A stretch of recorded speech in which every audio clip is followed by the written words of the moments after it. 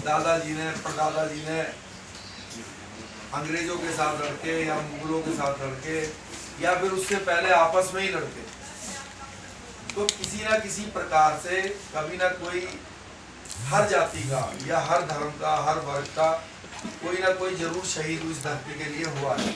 उसका लहू जो है इस धरती पे जरूर गिरा है।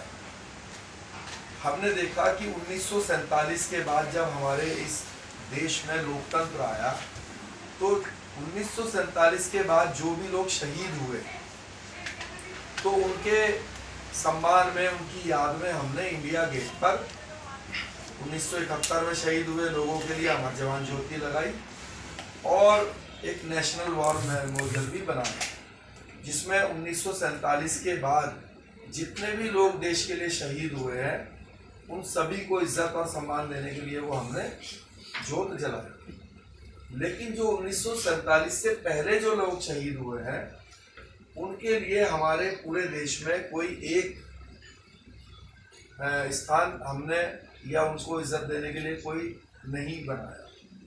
और जो महापुरुष हैं जिनके नाम हुए हैं, चाहे वो भगत सिंह जी हों या फिर उससे पहले जो भी महाराणा प्रताप हो, महाराणा प्रताप जी का स्टैचू या शिवाजी का स्टैचू, लक्ष्मीबाई जी का स्टैचू अनेक जगहों पर लगे हुए हैं। लेकिन महाराणा प्रताप जी के साथ जो हजारों या शिवाजी जी के साथ जो हजारों या लाखों लोग जो शहीद हुए हैं तो उनके भाई वो भी तो हमारे पूर्वज थे, तो उनका तो नाम भी नहीं जानते हैं। तो क्या उनका सम्मान करना होना या फिर उनको भी उनकी भी याद में कुछ होना, वो भी तो कुछ होना चाहिए। तो हमने इस पे विचार किया। जैसे माँ पद्मावती जी 16,000 महिलाओं के साथ जो है उन्होंने जौहर किया, तो जो 16,000 जो हमारी माताएं बहनें थी जिसमें सर्व जाति की महिलाएं थी, सभी वर्ग की महिलाएं थी, तो उनकी भी याद में कुछ होना चाहिए। या जितने भी आप जानते हैं कि देखिए आप भी अगर अपने मन में एक विचार करेंगे, चाहे आप किसी भी वर्ग से हों, ऐसा नहीं है कि जो लोग युद्ध लड़ रहे थे उन्होंने ही शहीद हुए। अभी चाहे गुरु गोविंद सिंह जी हों, हमने इसमें उनका भी जिक्र किया है, तो गुरु गोविंद सिंह जी के साथ बहुत लोग शहीद हुए। तो हर वर्ग में जो है हमारे माता पिता या हमारे जो पूर्वज थे वो शहीद हुए हैं। तो हम ये चाहते हैं कि भाई पूरे देश को सम्मान देने के लिए, हर परिवार को सम्मान देने के लिए एक जो है शौर्य ज्योत जो है वो इंडिया गेट पर जलनी चाहिए। और जैसे अभी एक गन और टोपी लगा के स्मारक बना हुआ है, वो जो है तलवार और ढाल के साथ, जो कभी पूर्वज तो उसी का ही उपयोग करते थे, तो उस तरह का कोई भी थीम का एक जो है स्मारक इंडिया गेट पर ही बने और वहाँ पर एक शौर्य ज्योत जो है वो उसी तरीके से परमानेंट जलाई जाए। तो इसको लेकर हम जो है पिछले 5 सालों से अलग अलग राज्यों में कार्यक्रम कर रहे थे और हम लोग जो है ज्ञापन भी दे रहे थे सरकार को। लेकिन दुर्भाग्य है कि पिछले 5 सालों में हमने हर बार उनको दिया सरकार को कि भाई इस तरह से आप जो है इंडिया गेट पर एक मोमेंट वो बनाइए और एक शौर्य ज्योति का स्थान चिन्हित करके वहाँ पे जो है उसको प्रज्वलित कीजिए और एक स्मारक भी बनाइए। लेकिन उनके कान पर जू नहीं रह गई। तो इस बार हमने काफ़ी सारे सामाजिक संगठनों से मिलकर, जैसे कि हमारे आदरणीय मुन्ना शर्मा जी भी हमारे साथ आज मौजूद हैं, और भी हमने कई संगठनों से बात की हुई है। तो हम लोग जो है एक कार्यक्रम जिसका नाम हमने शुरू से ही जो है राष्ट्रवादी शौर्य दिवस रखा हुआ है। तो हम लोग जो है राष्ट्रीय शौर्य दिवस इस बार हम दिल्ली में मनाने जा रहे हैं और हमारा प्रयास ये रहेगा कि उसमें प्रधानमंत्री मोदी जी या फिर मोहन भागवत जी को हम बुलाएं, जिससे कि डायरेक्ट वे में जब हजारों या लाखों लोग वहाँ मौजूद रहे तो उनकी भावना को वो अपनी आंखों से देखें। और जो हमारी ये डिमांड है, जो कि आप सबके लिए भी है इस देश के हर परिवार के लिए है और हमारे लिए भी है। तो ये डिमांड जो है हम सबकी पूरी हो, तो इसके लिए हमने आज प्रेस कॉन्फ्रेंस रखी है कि हम इसकी एक जो तारीख है, इसकी फिक्स तारीख है 26 अगस्त। 26 अगस्त की तारीख रखने का मकसद ये है कि 26 अगस्त को जो है वो माँ पद्मावती जी ने जोहर किया था 16,000 महिलाओं के साथ 1303 में। तो उनकी याद में हम लोग ये कार्यक्रम करते हैं, लेकिन मकसद है हर जाति हर वर्ग के महान पूर्वज के सम्मान में इसको करना और बनाना। लेकिन कोई तो तारीख आप रखोगे। वैसे तो ऐसा पूरे साल में कोई दिन नहीं होगा जिस दिन कोई ना कोई परिवार का हमारे जो है शहीदी ना हुई हो, है ना। देखिए, हो सकता है कि भाई आपके परिवार में, किसी के परिवार में 200 साल पहले हुई हो, किसी के परिवार में 400 साल पहले हुई हो, किसी के परिवार में 1000 साल पहले हुई हो, किसी के परिवार में हो सकता है 10,000 साल पहले हुई हो, क्योंकि धरती तो यही है। हमारे भाई पूर्वज तो कभी ना कोई तो हुआ ही है। इसलिए तो मैं आपसे एक भारतीय होने के नाते मैं आपसे ये भी पूछना चाहता हूँ, आप इस समय अपने आप को पत्रकार ना समझे, एक भारतीय समझे, इस देश का नागरिक समझे। मैं आपसे ये जानना चाहता हूँ कि इस तरह का जिन्होंने 1947 से पहले देश के लिए अपना लहू बहाया है, उनकी याद में कोई स्मारक और जो जलनी चाहिए कि नहीं जलनी चाहिए, मैं आपसे भी पूछना चाहता हूँ। बिल्कुल जलनी चाहिए, क्योंकि देखिए आपके भी वो कोई ना कोई पूर्वज जो है वो शहीदी दी होगी। तो ये 26 अगस्त का जो कार्यक्रम है, इसका नाम जो है नहीं,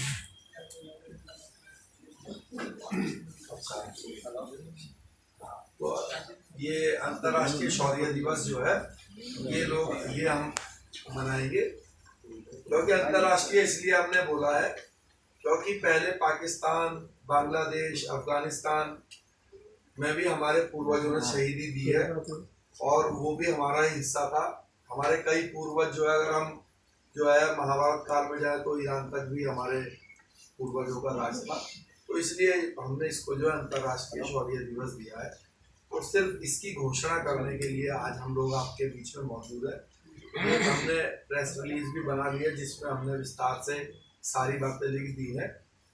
अगर इससे रिगार्डिंग आपके मन में अब कोई भी प्रश्न है तो हम आपकी हेल्प मांगने आए हैं। एक्चुअली ये प्रेस कॉन्फ्रेंस नहीं है, हम अपने प्रेस के भाइयों से बहनों से मदद मांगने आए हैं कि ये जो हम दिल्ली के अंदर जो कार्यक्रम करने का विचार हमने बनाया है और जिसमें हमारा प्रयास रहेगा कि बहुत भारी संख्या में जो राष्ट्रवादी विचारधारा के लोग हैं, जो अपने पूर्वजों का सम्मान करते हैं, अपने इस धरती से प्रेम करते हैं और उनको लगता है कि उनका कोई पूर्वज तो जरूर इसके लिए शहीद हुआ होगा, मुझे उसका सम्मान करना चाहिए। तो उन सभी लोगों को लेकर हम ये कार्यक्रम 26 अगस्त को करेंगे और उसमें आपका भी सहयोग चाहिए।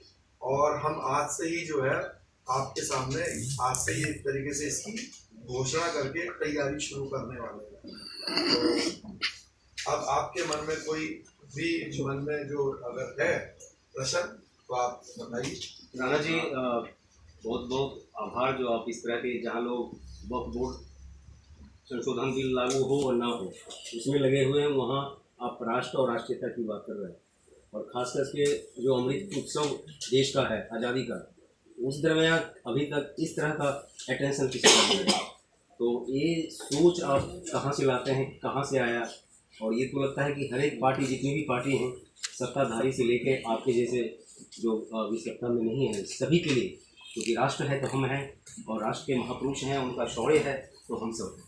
तो ये बहुत देखिए, ये जो विचार है ये मेरे अकेले का विचार नहीं है, क्योंकि हम तो एक राष्ट्रवादी विचार को लेकर एक पार्टी बना के चल ही रहे हैं।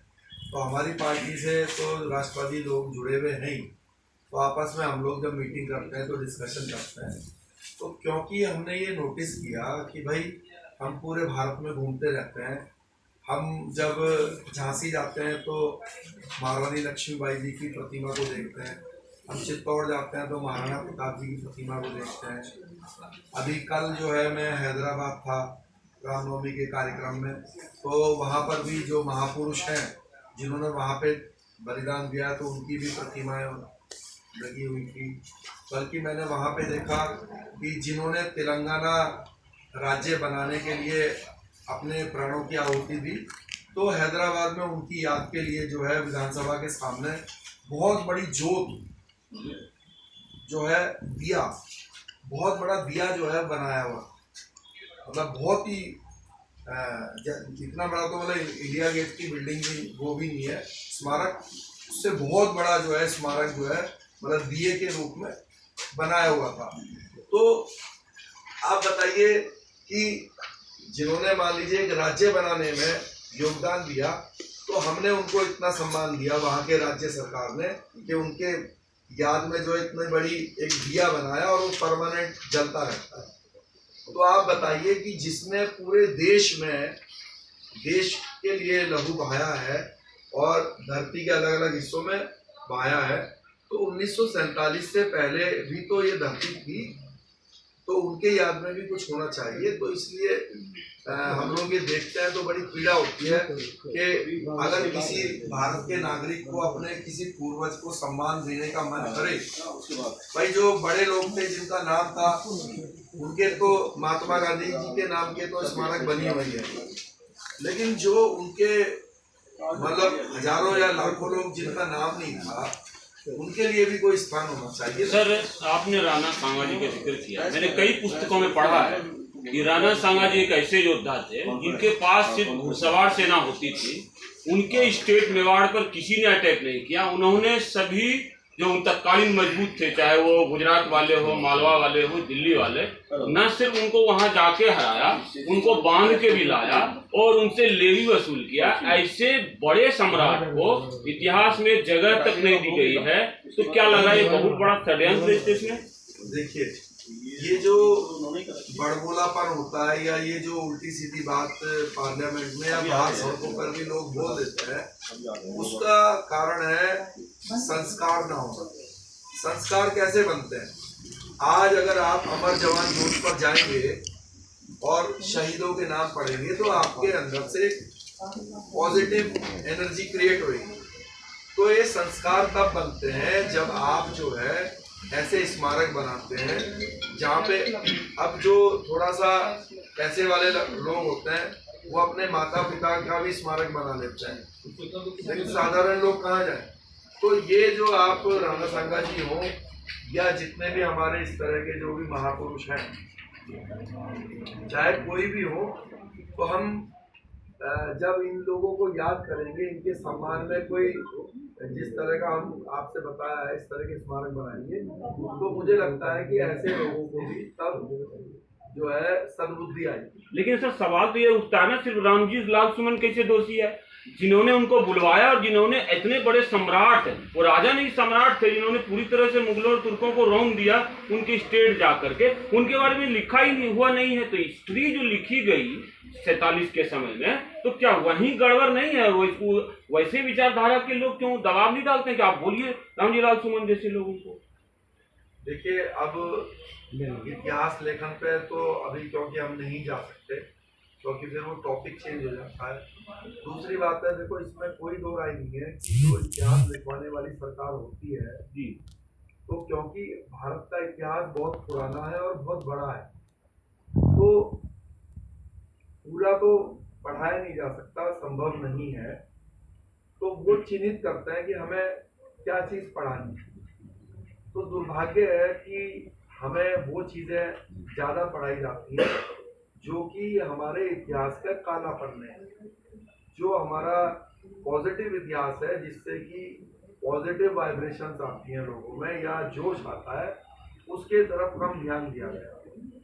तो हम समय समय पर सरकार से उसके लिए भी मांग करते हैं कि इतिहास इस तरीके से पढ़ाया जाना चाहिए जिससे कि समाज में पॉजिटिवनेस आए। ये नहीं है कि आप जो है, अब आप ये बताइए कि मान लीजिए 1000 युद्ध हुए मुगलों के साथ जी, मैं इतिहास की पुस्तकों लिखने वालों ने उस 1000 युद्धों में से वो 200 युद्ध चिन्हित कर लिए जिसमें कि हमारे जो राजा महाराजा थे या सम्राट थे वो किसी कारण से हार गए। तो जो जीत गए उनका तो कोई जिक्र नहीं हुआ। दूसरी बात ये भी है कि जो युद्ध लड़ता है वही हारता है। तो जब आप लड़ोगे, लड़ने से भी क्या होता है, मान लीजिए मुगल सेना 1 लाख है, आपकी सेना मान लीजिए 40,000 है।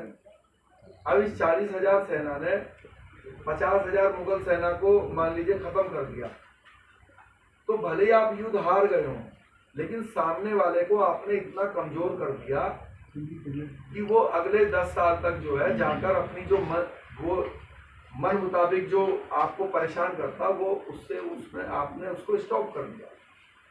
तो जिन योद्धाओं ने अगर मान लीजिए शहीदी दी है, चाहे वो भले ही युद्ध में शहीद हो गए हो, लेकिन उनका भी बहुत बड़ा रोल होता है चीजों को रोकने के लिए। तो ऐसे ही जो महापुरुष हैं जिनको हम याद नहीं कर पा रहे हैं, उन्हीं की याद में ही ये स्मारक बनाने की मांग कर रहे हैं।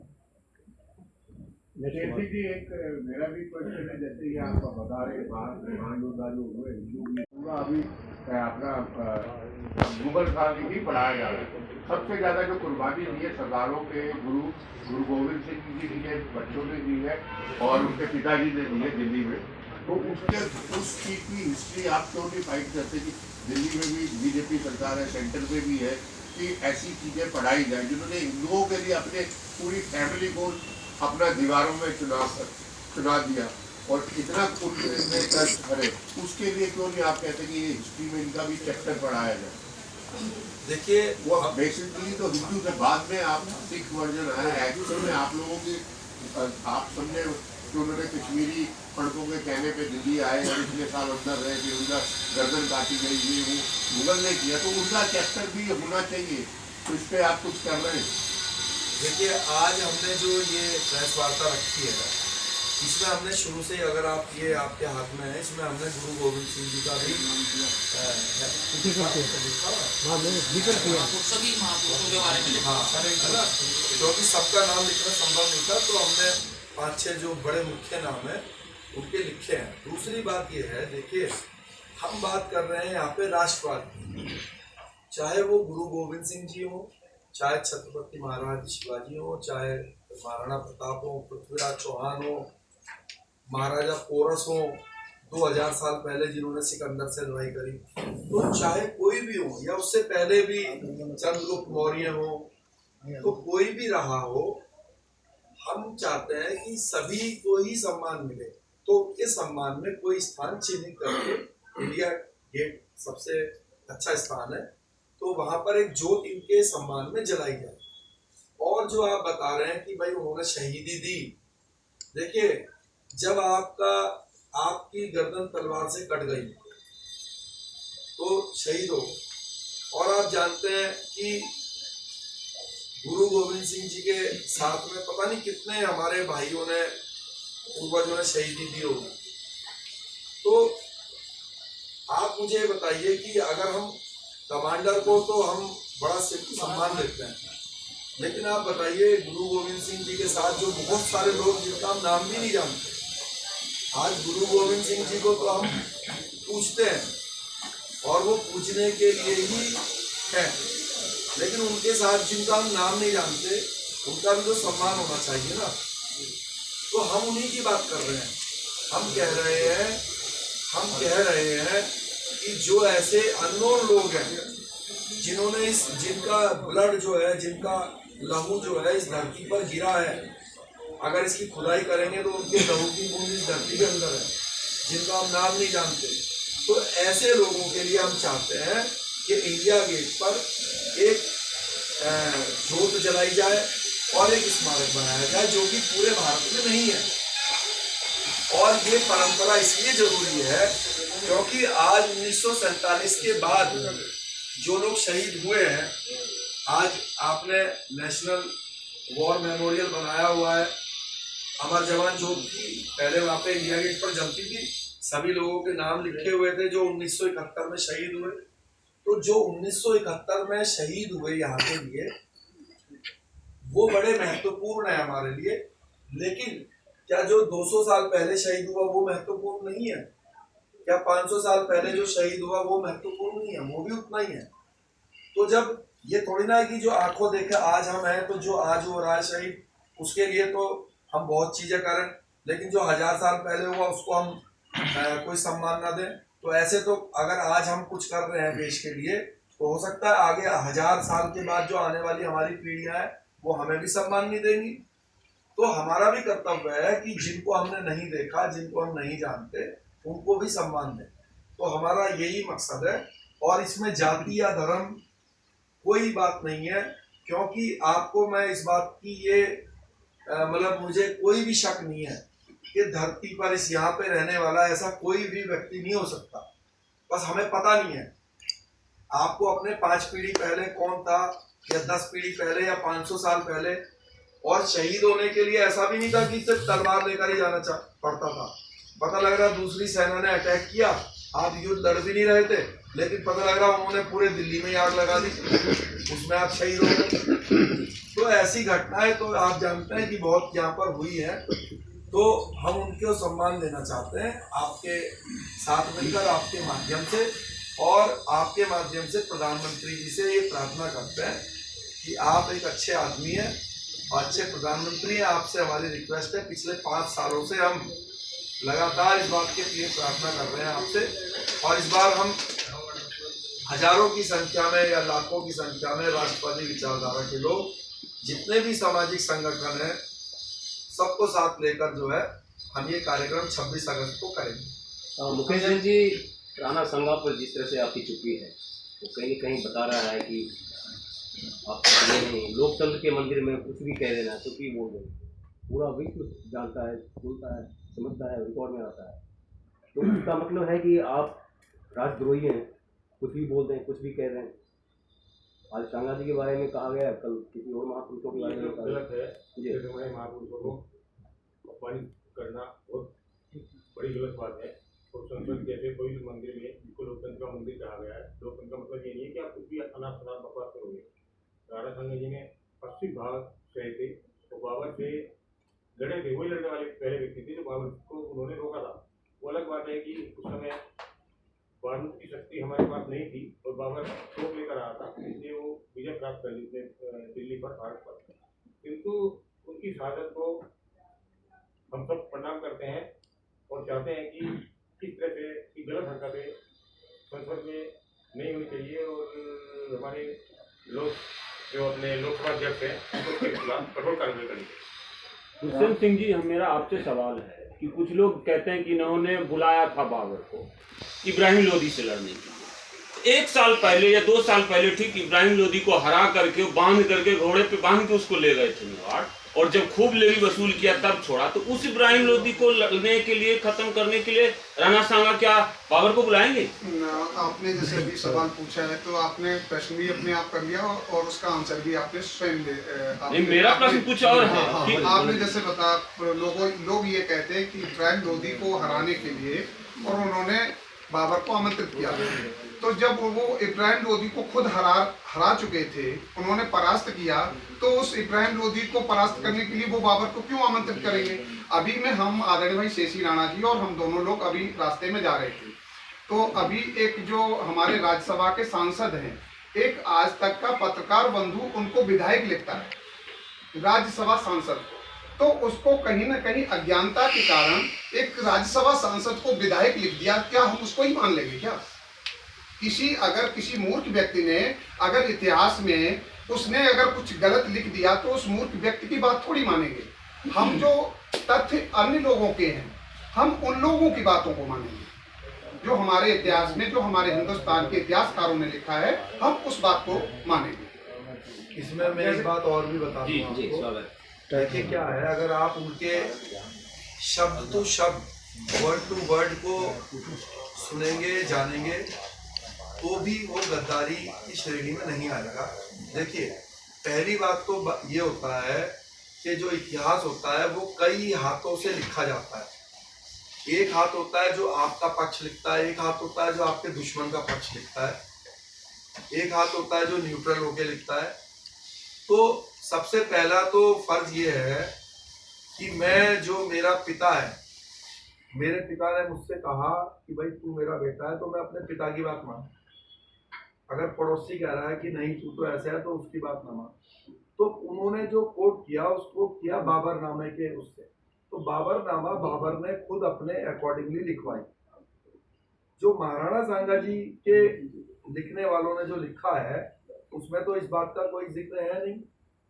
दूसरी बात है कि अगर बाबरनामा के हिसाब से ही जो रामजी लाल सुमन जी ने बोला है, तो अगर उन्होंने क्या कहा कि रामजी लाल सुमन जी ने कि ये एक इब्राहिम लोदी को हराने के लिए उन्होंने बाबर को बुलाया, तो ये गद्दारी नहीं है, ये स्ट्रेटजी है।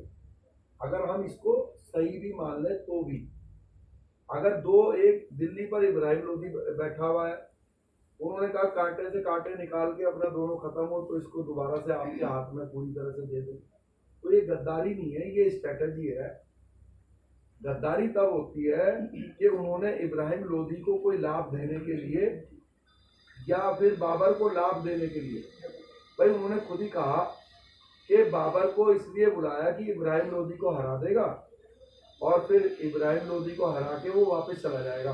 तो इसमें इंटेंशन क्या आई, माइंड में क्या है? माइंड में गद्दारी थोड़ी ना आई। गद्दारी तो तब आई कि भाई बाबर साहब आप आ जाओ यहाँ और यहीं बैठ जाना और फिर हमारे कोड़े मारना और हम पे जजिया लगाना, तब होती गद्दारी। ये तो स्ट्रेटजी है। अगर इसको मैं झूका तू मान लूँ तो भी कि भाई तू आ जा, मैं भी राजा हूँ, मैं भी सोचूंगा चल इन दोनों, ये दोनों ही दुश्मन है, इब्राहिम लोदी भी हमारा दुश्मन है, बाबर भी दुश्मन है, हमारी स्ट्रेटजी है दोनों कटे मरे, उसके बाद जो है दोनों को हम काबुल तक भी अपना हिस्सा जो है जमा लें। तो अगर हम उसके शब्द माने तब भी ये गद्दारी की श्रेणी में नहीं आता। बाबरनामा की ही अगर बात करें तो उन्होंने खुद उसमें लिखा है कि मुझे बयाना के युद्ध में भयानक हार मिली और खनवा में अल्लाह से प्रार्थना करते हैं कि हमें इनसे बचाओ, और शराब छोड़ने और बहुत सारी बातें करते हैं, तो किसी प्रकार से ये विजय मिली। तो जो खुद अपने दुश्मन का बखान कर रहा है तो कम से कम उसकी इज्जत होनी चाहिए कि नहीं होनी चाहिए? नहीं, इज्जत तो होनी चाहिए, ये तो अंडरस्टूड बात है। अरे भाई जो आपके पूरा रामायण पढ़ो, ठीक है नहीं, रामजी लाल सुमन जी हो या उनके पूर्वज। एक सवाल था आपसे, जैसे कि अभी जातिवाद जो है सो भारतीय राजनीति बहुत हावी हो रहा है, तो इसको देखते हुए केंद्र सरकार हो या राज्य सरकार हो, कोई भी हो, उन्हीं महापुरुषों का चुनाव करते हैं जो जयंती वगैरह बनाने की बात आती है जिसमें हमें पॉलिटिकल माइलेज मिले। तो ऐसे में आप देख सकते हैं कि अभी हमारे देश के सबसे बहुत ही बड़े शहीद कहे जाते हैं मेजर शैतान सिंह जी, उनकी प्रतिमा को वहाँ से विस्थापित कर दिया गया लद्दाख से।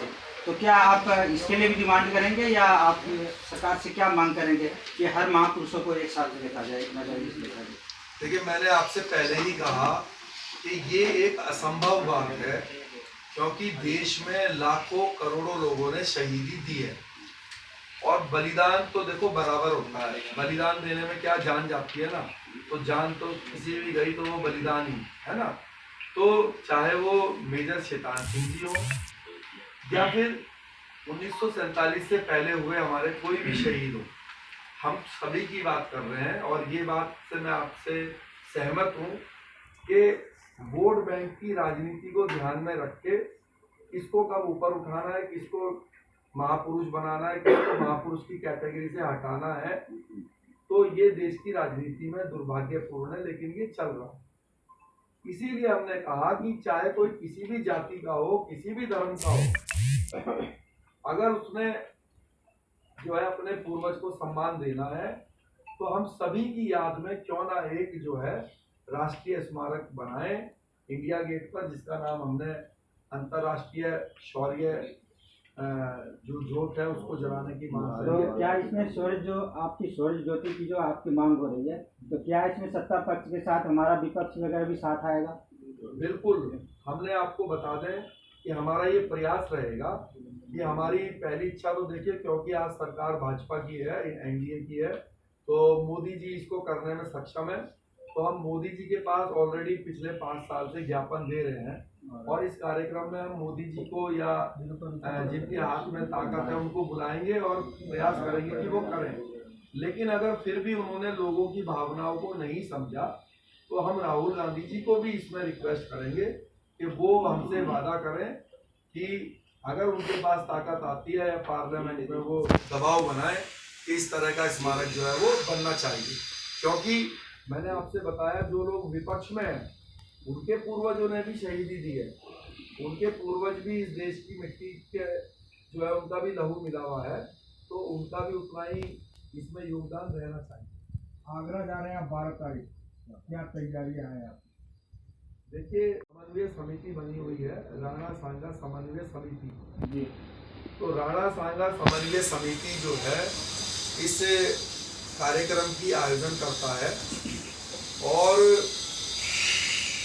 वो जगह जो स्थान जो चिन्हित किया है उन्होंने उसकी एप्लीकेशन जो है जो प्रशासन है उससे वो लोग ले रहे हैं। आज शाम को फिर से मीटिंग है, तो आज स्थान जो है वो एकदम क्लियर हो जाएगा और हम लोग सभी भारी से भारी संख्या में 12 तारीख को राणा सांगा जी की जो जयंती है वहाँ जाकर मनाएंगे। आपने कहा था कि राणा सांगा जी जयंती में जो आंदोलन 12 तारीख को होगा उसमें मायावती जी भी आए, लेकिन उपेंद्र राणा कह रहे हैं मायावती जी को हम नहीं बुलाना चाहते।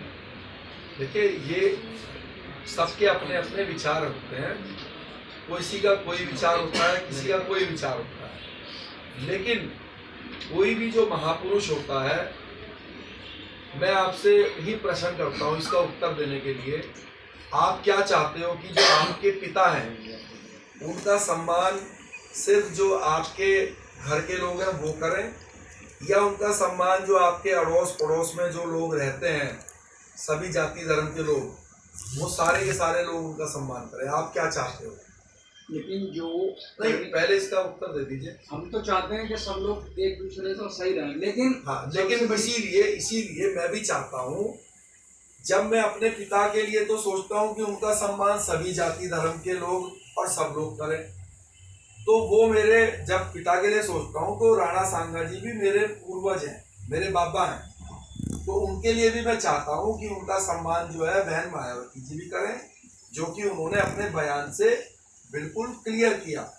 मैं चाहता हूँ कि देश का हर जाति हर धर्म का नेता उनका सम्मान करें और जो भी हमारे उनको सम्मान देने के लिए कार्यक्रम हो तो सभी लोग उसमें शामिल हो।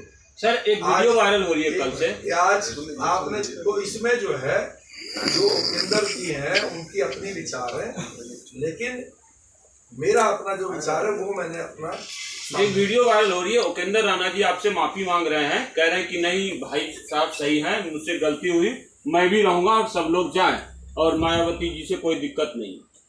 देखिए, मैंने आपसे कहा कि विचार जो है वो अदलते बदलते रहते हैं और अगर आपको देखिए, आपको मैं स्पष्ट बताऊं, प्रेस वार्ता में बता वो यहाँ पर 4 कैटेगरी होती है धरती पे, धरती के ऊपर 4 कैटेगरी होती है।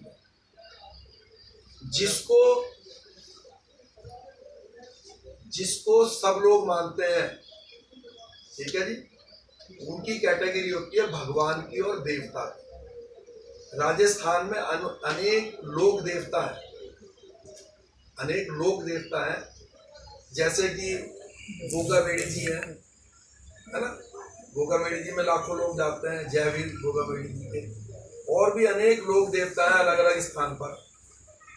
वो लोक देवता की श्रेणी में क्यों आए?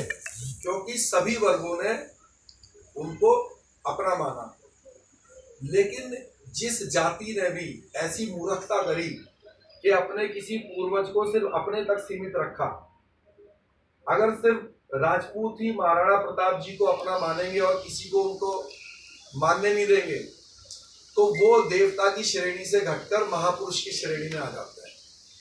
ठीक है, तो अगर किसी ये भी अगर हम मान लीजिए ज्यादा उनको पकड़ लेते गोगाबेड़ी जी को, तो वो भी महापुरुष बन के रह जाते। वो देवता की श्रेणी में क्यों आए? गुरु गोविंद सिंह जी देवता की श्रेणी में है। क्यों है? इसलिए है क्योंकि सभी वर्गों को हमारे सिख भाइयों ने ये महसूस कराया कि ये आप सबके हैं और सबने उनको अपना माना। तो राणा सांगा जी को या जितने भी जो महान पूर्वज हैं, ये अगर आप उनको ज्यादा से ज्यादा उचित स्थान और सम्मान दिलाना चाहते हो तो आप सभी वर्गों के बीच में उनको रखिए। आज बाबा साहब अम्बेडकर उस श्रेणी में क्यों जा रहे हैं? क्योंकि सभी वर्ग उनको जो है सम्मान देते हैं। अभी 14 अप्रैल की जयंती है बाबा साहब अम्बेडकर की, चाहे कोई भी जाति कोई भी धर्म का व्यक्ति हो उनकी जयंती मनाएगा। तो अगर हम चाहते हैं कि महाराणा प्रताप भी उस श्रेणी में आए या दूसरे लोग भी उस श्रेणी में आए तो हमें